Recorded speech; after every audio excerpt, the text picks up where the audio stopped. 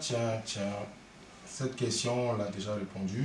C'est vrai qu'il y a beaucoup de questions. Ah oui, ça, pourquoi dire si dire seul, c'est bon, on a déjà fait. répondu. Ouais. Ah, mais là, il y a une belle question. Laquelle? Souvent, on parle en fait des devoirs des enfants, mais qu'en est-il des devoirs des parents? Ah bon.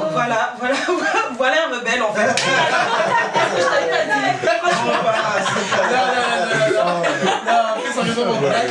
Moi, je pense pas que ce soit une question de rebelle. Parce que je pense que très souvent, voilà, on parle en fait des devoirs des enfants vis-à-vis des parents. Mais c'est vrai que nous, en tant que pasteurs, il y en a qui ne viennent pas nous demander, mais on peut entendre dans les coulisses. Non, c'est vrai. C'est vrai qu'ils se demandent, mais oui, les parents aussi, quel est le rôle en fait?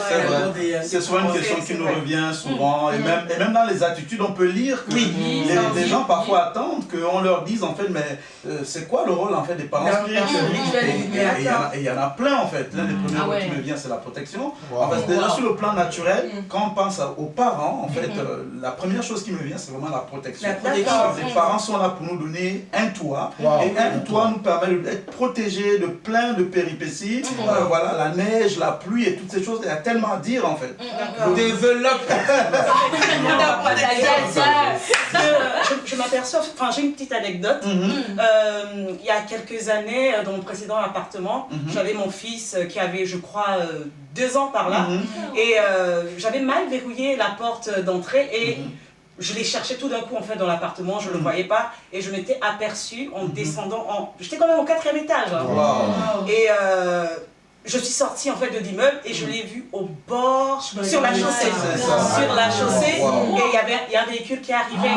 Et pour faire le parallèle, je dis ça pourquoi? Parce que en tant que parents spirituels, nous devons en fait véritablement veiller en fait sur nos enfants de la même manière qu'un parent spirituel en fait veille sur son enfant. Les parents sont là pour protéger. La Bible dit que la folie attache au cœur de l'enfant. Et quand on est enfant, on n'a pas vraiment la conscience du danger. Et les parents, lorsqu'ils viennent avec des règles, ils viennent pour fixer un peu déjà la sécurité vis-à-vis des dangers de la vie en fait. C'est le rôle des parents spirituels. Le rôle, c'est de protéger. Ça me rappelle quand tu nous parlais un jour, mon pasteur, tu nous parlais en fait du rôle du berger, notamment dans le psaume 23, et on voit que dans le psaume 23, il dit « nous fait reposer dans de verts pâturages, et près du courant d'eau paisible ». Il avait dit un jour en fait que les brebis n'aiment pas les eaux qui sont un peu mouvementées, parce que ça peut montrer en fait un prédateur. On voit en fait que c'est le père qui dirige vers les eaux paisibles. La protection. Et je pense que même en termes de, comment dire, de maturité, il y a une expérience en fait que le père va avoir qui va en fait lui permettre de pouvoir avoir une certaine avance sur l'enfant et de pouvoir lui dire non, cette voie-là, je sais que si tu la prends, au bout, c'est pas parce que je connais, peut-être je suis passée par là et je te protège même de peut-être ce que moi j'ai vécu en fait avant toi. Et je pense que c'est aussi dans la protection un des rôles, une des avances.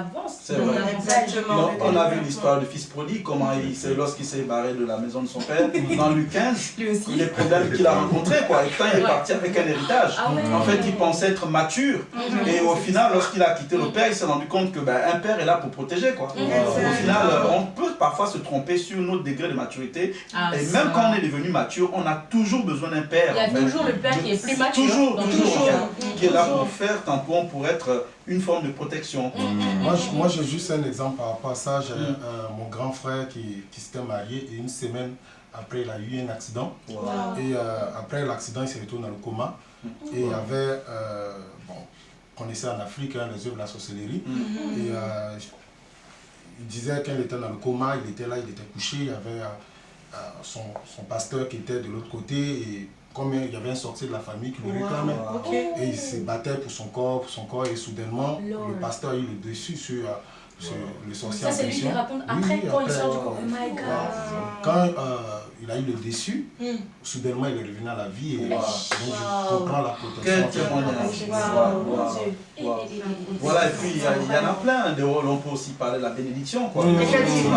La bénédiction, on peut parler de la bénédiction. Le père est là pour bénir. Enfin, quand je parle de père, mère aussi, ils sont là pour bénir. On le voit avec Isaac et Jacob. Les parents sont là pour libérer des bonnes paroles, la faveur qui va va t'accompagner en fait toute ta vie, quoi. Exactement. Et le proverbe 18-21 va dire que la vie et la mort sont au pouvoir de la langue. Et je crois vraiment que les paroles que nous déclarons en fait sur la vie de nos enfants en fait sont vraiment très importantes. Et je peux prendre par exemple, enfin c'est tout banal, hein, parce que lorsqu'on est petit, pour la plupart des personnes peut-être qui viennent d'Afrique, nos parents avaient l'habitude peut-être de dire les mauvaises choses sur les enfants et on s'aperçoit que plus tard en fait ces mauvaises choses là vont accompagner en fait la vie des enfants et la vie des enfants tourne en rond. Et de la même manière que le Seigneur nous donne en fait cette parole là dans la Bible, nous devons en fait pratiquer de sorte à ce que finalement l'enfant puisse s'épanouir en fait en grandissant, et il est véritablement de notre responsabilité en tant que parents spirituels. Donc là, si je peux bien, enfin si je peux rebondir, lorsqu'on parle là du coup de bénédiction, on est bien en train de parler du fait de dire du bien. De dire du bien, c'est ça en fait sur la vie de l'enfant, etc. D'accord, c'est juste pour bien. Et moi, il y a un témoignage qui me vient, papa, pendant que tu parlais. Je me souviens, je devais avoir 13-14 ans, j'étais allé faire une offrande à mon père biologique. Je me souviens de ce jour-là où, quand je lui ai fait l'offrande, c'est une bonne petite somme que je lui avais donnée. Il a pris ma main droite et il a déclaré des paroles sur ma scolarité. Et je n'ai pas échoué en fait. Pendant toute ma scolarité, que ce soit en Afrique ou en Europe, en fait, il y avait comme une faveur qui m'accompagnait dans mes études. À cause de la bénédiction. À cause de la bénédiction. Et tu sais, moi aussi j'ai un témoignage dans ce sens. Je me rappelle qu'un jour, je crois que je devais passer un examen, je ne sais plus, mais mon papa, il m'avait appelé et tout, et il m'avait dit, tu sais, lorsque Dieu t'a envoyé sur la terre, c'est à moi qu'il a donné la responsabilité. C'est-à-dire c'est par moi que Dieu t'a envoyé sur la terre. Donc ça veut dire que quand ça sera fini, Dieu me demandera des comptes à ton sujet. Et ce qui m'avait marqué, c'est qu'il m'avait dit, tu sais quoi, je peux te donner de l'argent, etc. Mais même si je n'ai pas d'argent à te donner, il suffit que j'ouvre ma bouche, je dis une parole. Parce que Dieu m'a confié la responsabilité de toi. Si je parle, le ciel s'ouvre. J'avais dit, ouais. Et la bénédiction, on en a vraiment besoin. C'est plus que l'argent, la bénédiction. Je pense vraiment que la bénédiction en fait, des parents, je pense qu'il y a une onction particulière dans le fait qu'un parent dise du bien. Et ça me rappelle, moi, quand j'ai eu des difficultés pour me marier, quand mon père s'est levé et qu'il a parlé et qu'il a dit non, je bénis mon fils, en fait, les voies se sont vraiment ouvertes. Il a bien parlé.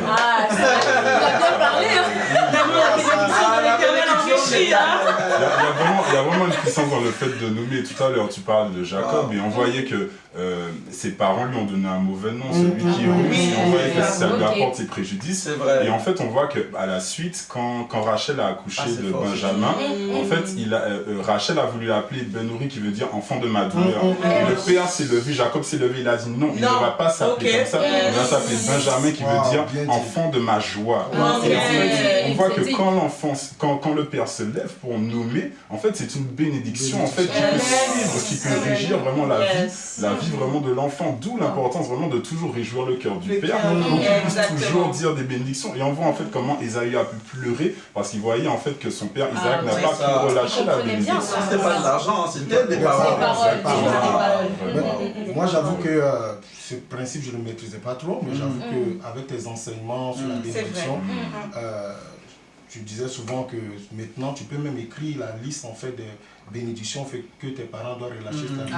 Donc quand tu finis de les honorer, tu les demandes à papa, à maman, bénis-moi de telle manière. J'avoue que la bénédiction est plus importante que l'argent. C'est vrai. Je rejoins vraiment en fait Prince, parce que c'est vrai, pasteur, que depuis que tu nous as donné en fait cet encouragement là à pratiquer cette action, j'ai le retour de plusieurs personnes en fait, qui sont vraiment bénies en fait. Ils ont été bénis dès le moment en fait où ils ont poser cette action-là en fait vis-à-vis de leurs parents et que les parents ont relâché les paroles. Et tu vois, c'est énorme parce que j'ai aussi vécu quelque chose qui rejoint un peu ce que Pasma disait tout à l'heure, est-ce qu'il y a Mika aussi. Je sais pas si tu te rappelles d'elle, même je t'en avais parlé, c'est que en fait dans ma famille, et je pense qu'il y a plusieurs familles où on fait ça, quand on naît et qu'on nous présente un peu à l'église, comme quand on présente les enfants, en fait les parents ils choisissent un verset. Les parents ils choisissent un verset avec lequel ils présentent l'enfant. Tu te rappelles, et je sais que pour mes frères, il y avait des versets qui aujourd'hui on peut voir que c'est ça, et je me rappelle que pour moi c'était un psaume que mes parents avaient donné, et dans le psaume ça disait je chanterai les merveilles de l'Éternel toute ma vie. Et je me rends compte que ça J'ai tellement trouvé ça incroyable et j'avoue que c'est vrai que souvent on m'appelle Ella et tout, mais au fond de mon cœur là-bas, je suis tellement attachée à mon vrai prénom. Je dis Dieu est avec me dit oui. Le fait de nommer là, c'est clair. C'est vraiment important. Et puis, je crois aussi que, pour parler toujours des rôles des parents spirituels, les parents spirituels aussi, pour moi, ont une obligation de créer un cadre pour les enfants. Quand je pense en fait à cadre, je pense vraiment à une atmosphère, un environnement qui est favorable en fait à l'épanouissement des enfants. Parce que très souvent, en fait, ce qu'on justement on peut reprocher aux parents spirituels, c'est que les enfants font beaucoup de choses, ils viennent, ils les honorent, mais eux, en fait, en tant qu'enfants, ils n'ont pas aussi l'impression que voilà, les parents se donnent aussi pour eux. Et je pense que l'une des choses, l'un des rôles en fait d'un père spirituel, c'est de créer le cadre qui est favorable à l'épanouissement. Et tu vois par rapport à... Non, moi j'ai trop de témoignages pardon. Non, parce que je me rappelle que c'était il y a quelques années en arrière, j'étais passée par une période un peu compliquée, j'avais arrêté l'école pendant 2 années et je me rappelle en fait que Dad, tu m'avais dit, tu t'étais tellement donné pour que je reprenne les cours, t'arrêtais pas de me dire non, tu dois retourner à l'école pendant 2 ans. Pendant 2 ans, j'étais pas partie à l'école. Et ce qui m'a le plus marqué tout à l'heure, maman, tu disais que parfois les parents ne se donnent pas assez.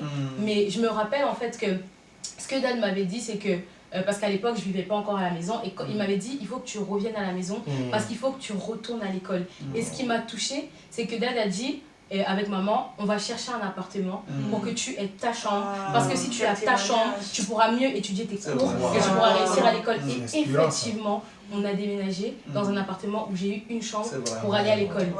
Et je me dis, et tu vois, pour moi, c'est pas juste des paroles, oui, les parents doivent faire ci, les parents doivent faire ça, mais c'est toute une vie en fait. Genre, je peux dire aujourd'hui que si j'ai un master en affaires internationales, c'est parce que mon père spirituel et ma mère spirituelle m'ont donné un cadre. Voilà, c'est ça. C'est pour ça qu'ils savent pas, c'est vrai qu'on l'a recueilli chez nous pendant 5 ans, où elle est restée là, elle habite avec nous, et je crois qu'un père spirituel ou une mère, on est là aussi pour ça en fait. On est vraiment là aussi pour ça. En fait, j'étais en train de dire qu'en tant que parent, on doit créer un cadre qui est favorable en fait, à l'épanouissement des enfants. Un parent sait rapidement repérer si l'enfant va aller dans le domaine artistique, le domaine littéraire, ainsi de suite. Papa sagesse!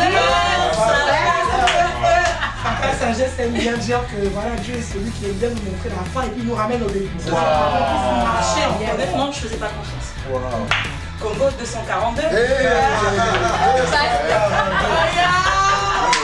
Proverbe 22, verset 6, dit « Instruis ton enfant selon la voie On va commencer à voir comment faire pour qu'il puisse s'épanouir. Et ça, c'est très important en tant que parent spirituel.